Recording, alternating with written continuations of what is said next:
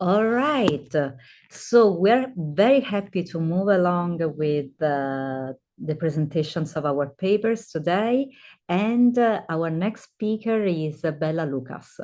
She's going to present her paper on the interrelationship between science and philosophy. Very difficult paper to write. To my opinion, she did an excellent job. Go ahead, Bella. Thank you. Um, as was already stated, the title of my paper is The Interrelationship Between Science and Philosophy. And I wanted to start with this quote that says, Science without philosophy is muddled, and philosophy without science is an empty scheme. And that's from Weinert. First, my introduction section. Separation of disciplines is built into the very fabric of Western education. For example, in the state of California, subjects are separated into neat categories, with main subjects including mathematics, science, language arts, and social studies, among others. The California Department of Education is where that information is from. While these categories do make learning more organized, they disregard the relationship between many of these subjects.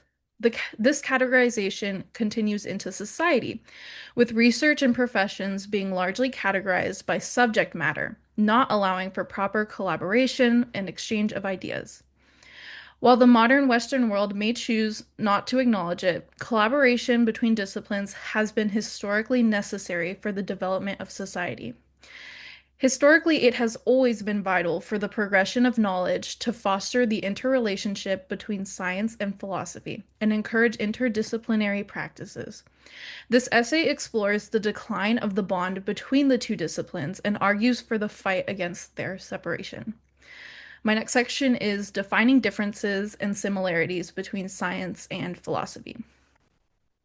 Science and philosophy began to separate during the 19th century, but before that time, both disciplines were very much intertwined. Philip Frank describes in detail the many different ways in which science and philosophy were considered to be working together, not against each other. Philosophy was considered to be a part of science, with a medieval description of it claiming that, quote, philosophy is the scientific knowledge of all things, gained through consideration by the natural light of reason of their fundamental reasons and causes. Frank. End quote, Frank. In this description, philosophy is the science which asks why. Philosophy was simply a specific form of scientific thought and research, the same as subjects such as biology, chemistry, and physics. Another ancient idea of philosophy and science that Frank describes is Rene Descartes' concept of the tree of philosophy. With this concept stated in Descartes' principles of philosophy, apologies, he argued that, quote, all philosophy is like a tree of which metaphysics is the root, physics the trunk, and all the other sciences the branches that grow out of the trunk. They're reduced to three principal ones, namely medicine, mechanics, and ethics. End quote, Frank. Philosophical concepts and principles were considered by Descartes to be the very roots of all scientific knowledge. In his view, philosophy was connected to all of the other sciences. All of the scientific disciplines would work together, not separate from each other. In Frank's words, the Cartesian tree embraces science or philosophy in the ancient sense. It contains all of the stages of unified knowledge, from the practice of everyday life to the abstract principles of metaphysics. End quote, Frank. Philosophy and science had a bond so close that the two were nearly indistinguishable from each other. My next section is the origins of the separation. Despite this clear connection, the disciplines of science and philosophy went through a divorce in the 19th century. Frank describes how scientists began to consider philosophy not precise enough, while philosophers considered science to be too narrow. Um, Although philosophy has never left science completely, the two disciplines began to lose their close bond, as evidenced by their disjointed research and teachings. In spite of the importance of their closeness, oftentimes, quote, the two fields are taught separately and research in them is pursued separately. Quote, Frank. The breaking of the bond between science and philosophy has continued into the modern age, as described through the following processes. My next section is science, philosophy, technology, and wealth. As described previously, philosophy and science were originally incredibly connected, oftentimes not being considered separate disciplines. When both were still closely related, there was first a separation with philosophy and science on one side and technology or hands-on experience on the other. This distinction was made largely based on social status differences, with technology being assigned to the lower class, while philosophy and science were considered to be of the upper class. Philosophic and scientific thought were painted as being more distinguished than technology or know-how of the working class. Technology was instead described as being, quote, acquired through physical work, not through pure intellectual effort, end quote, Frank. Empirical differences and observations were no longer held in high regard. Additionally, Matthias Tomczak gives insight into the dependency on finance that science had, which led to it being pursued largely by those who were either sponsored or who themselves had wealth. He asserts that, especially in feudal and slave societies such as China, India, and Greece, it was clear that those with power and money greatly influenced what was emphasized within scientific study. Quote, feudalism did produce scientific works of great value, but in haphazard ways. It flourished where a ruler took a personal interest and languished when the interest waned. End quote, Tomczak. Within China, the stability of government allowed for research to be more separated from the interests of the ruling class, but there was still largely uniformity in research. With this uniformity, one may assume that science and philosophy would stay close as a seemingly more distinguished disciplines, but this is unfortunately not the case. My next section is naturalism and nature. One of the clearest examples of the ongoing separation of science and philosophy stems from the consideration of the relationship between the concept of nature and its derivative, naturalism. During the Middle Ages, social and political disparities led to an enormous collapse of knowledge rather than solidarity between disciplines. With this collapse, the church rose as the sole authority over knowledge. As the church's social and political power grew, philosophers and scientists decided to push against this authority. This led to more nature-based rather than spirit-based study. Excuse me. Nature-based study made it so religion would not have any part to play in science, giving more freedom for scientific study. At the end of the 20th century, the nature-focused methods of science were left behind in favor of a form of naturalistic science. Naturalistic science allowed for a complete separation from nature, meaning that research would be done from a completely outside, that is, objective, perspective, disregarding the fact that humans are a part of nature as well. This way of thinking also allowed for the removal of spirit from scientific study. It created two different categories of science: science of the spirit, or soft sciences, and hard sciences. Any form of study considered to be concerned with human skills or the spirit would be given to disciplines such as philosophy and history, with scientific reasoning being considered a separate concept. In his descriptions of his ideas of Wilhelm Dilthey, Nelson asserts that natural sciences had truncated the spiritual cultural world by transforming into a mere folk illusion. End quote, Nelson. Spirit and culture could no longer be considered completely tied to science.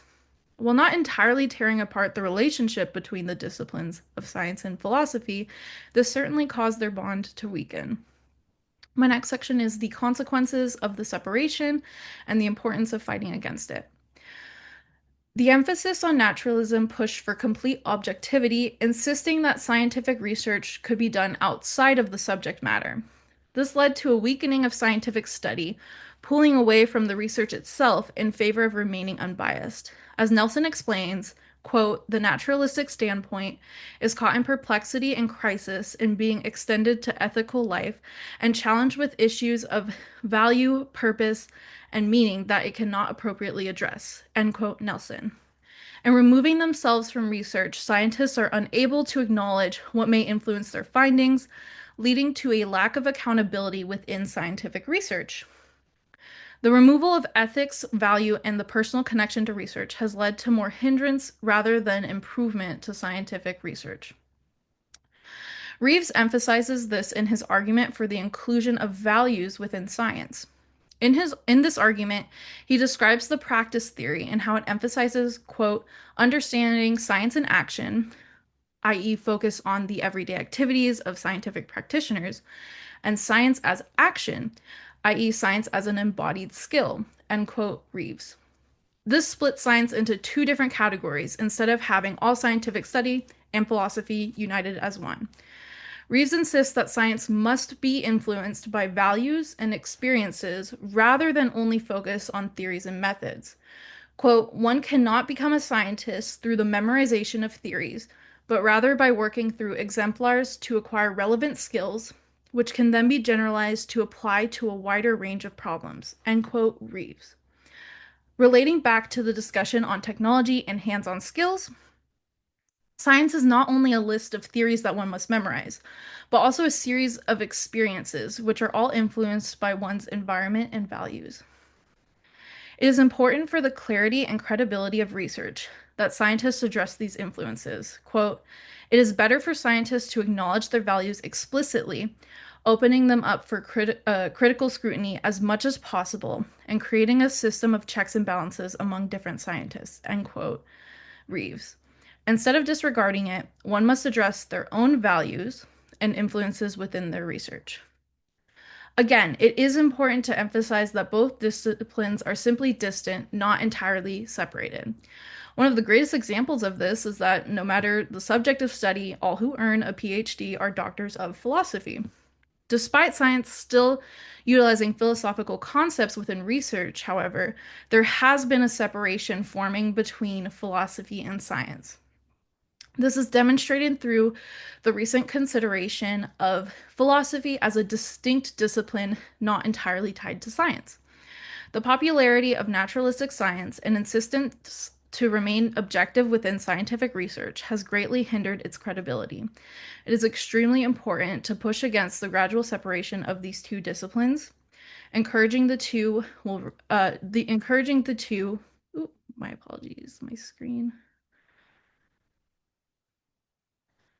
Uh, Apologies. Encouraging the two to remain connected will foster progress through collaboration. And yeah, that's my paper. Thank you. Wonderful, bravissima. Thank you, Bella. Ready to take questions. Thanks. I have a question. Yes, Mary. I feel like I'm talking too much, but thank you very much for your paper, as with everyone else. But I've been doing biomedical ethics for a long time, and I'm a philosopher. Of course, we all know this is terrible to say, but I'm going to say it. Philosophy is the mothership. I mean, I'm sorry. Yes. But one of the things that I've been seeing in my more recent work is that there is an increase of awareness within the scientific community. And I think it's always been there, at least more or less, when it comes to bioethics and the treatment of patients, of people who need care in hospital. And care ethics is a really good example of that. It's really coming on the scene. Susie, did I upset you? No, Mary, you are so right. And And this is something that we felt quite a bit in our department. I mean, yeah, you just touched my heart. But anyway, yeah. But that's I really appreciate that. And I think we'll be better off the more we're able to bring, because, medicine, the healers, the nurses, the doctors, I mean, even though there might be a divide between what doctors have typically done and what nurses have typically done, even there's more of a communication between different people who have different roles within the community. And again, bringing back in, values and the caring arts, which is what bioethics or medicine has been about since the very beginning, is a good realization. So thank you very much. I've said enough. Thank you. Jennifer. I have a question for Bella, which also has to do with a pet peeve of mine. And so this is probably the part of science that I pay the most attention to is like astronomy and astrophysics, and which in many ways is a form of cosmology, and it's very classic in a way. But I feel as though there are scientists that lack philosophical training who then study science and then come to some philosophical insights through their study of science, which is not, I mean, it's not a surprise that that happens. But then they act like, oh, I've discovered something entirely new because they have no philosophical training. Um, and my example for this is Neil deGrasse Tyson, very admirable astrophysicist, but he in the span of 1 year, he trashed philosophy for being a bunch of squishy nonsense. And then he starts talking about cosmology. He reboots the show Cosmos, the old Carl Sagan show, and it's good, right? But if the Carl Sagan show was, that was a philosophical show. That was way more about philosophy and cosmology than it was about science, although there was science in it too. And Neil deGrasse Tyson's was the same. And then he's on talk shows talking about, how the study of the cosmos makes us feel small, and he's just reciting Kant's ideas on sublimity. So I know, Bella, you are a future educator. What should we do? Now I'm saying this, what should we do to those scientists? But how should we incorporate some philosophical education into science education so there isn't this like unthinking scientifically based hostility towards philosophy? Thank you. I think first it's important for those like big names to not have this kind of like us against them mentality. That was kind of one thing that inspired me to write this paper is as like a history major and philosophy minor, I hear a lot of conversations, I'm in a lot of conversations where it feels like those disciplines are really diminished because it's not like a hard science and it feels like it's not as valued. So I think it's first important for, obviously like researchers, professors, big names like in those disciplines to acknowledge that like we should work together and we shouldn't be diminishing like one discipline over the other or under the other. And I think also with what I was opening the paper about in terms of just complete separation of subjects within schools, I think that is what's leading to really big problems because even in high school, I think, at least in my experience, they kind of started to try to talk about like, oh, math and science are very connected. And we had already been like conditioned to think of them as separate things. And so it's almost too late at that point for us to start thinking about how they could be connected. So I think, yes, it does make it more organized to have things separated, but to just continually have a discussion between all these different disciplines so that people don't like assume that they're completely different and that one discipline can't do anything for you if you're studying in a different field, if that makes sense.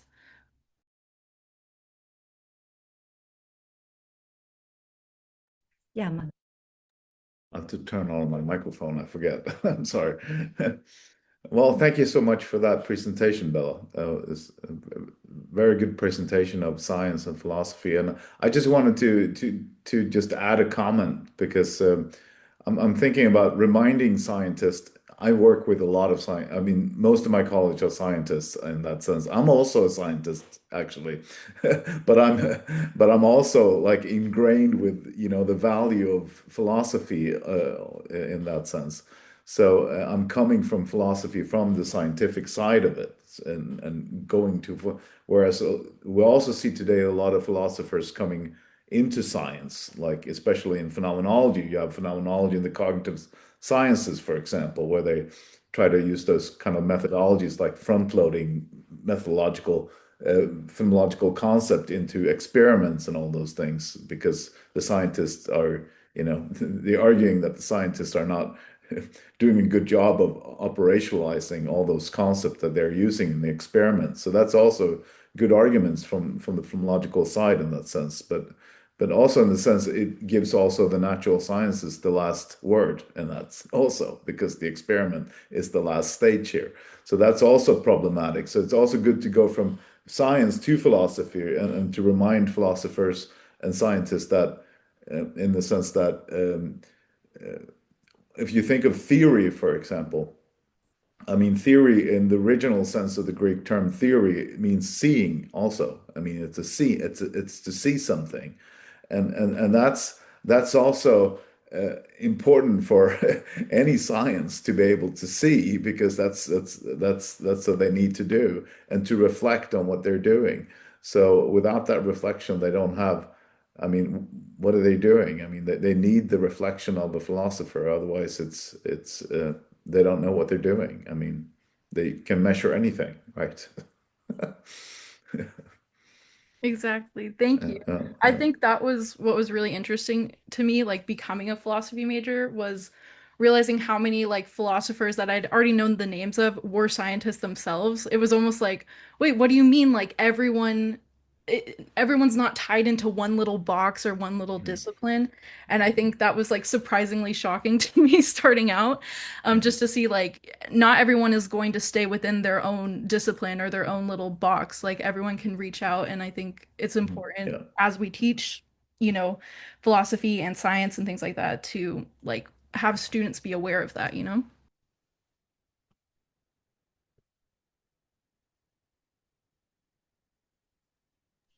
And it's interesting because clearly none of you met in this. I'm the only one who somehow met all of you.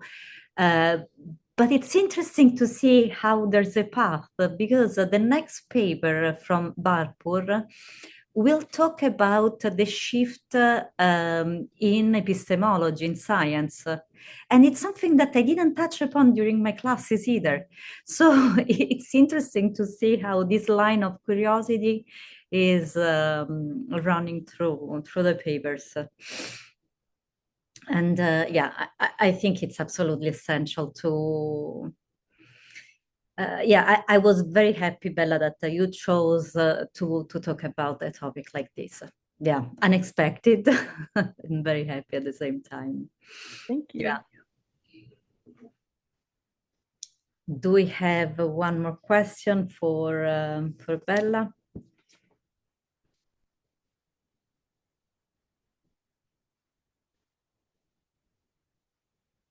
No? It seems a little unfair to introduce Mary now that for a second she left the screen. Poor woman.